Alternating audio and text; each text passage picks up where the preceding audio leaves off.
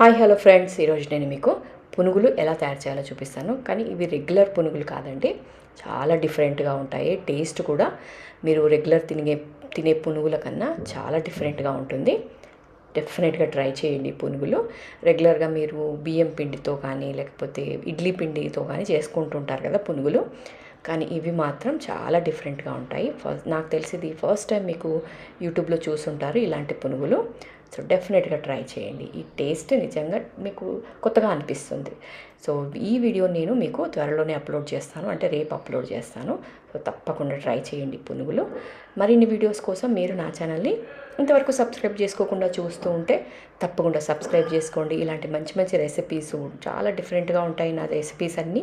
So తప్పకుండా subscribe చేసుకోండి. పక్కనే ఉన్న బెల్ సింబల్ ప్రెస్ చేస్తే మీకు ఎప్పుడు వీడియోస్ పెట్టినా నేను నోటిఫికేషన్ వస్తుంది కాబట్టి సో తప్పకుండా సబ్స్క్రైబ్ చేసుకోండి. నా లాంగ్ వీడియోస్ కూడా చూడండి. సో తప్పకుండా ట్రై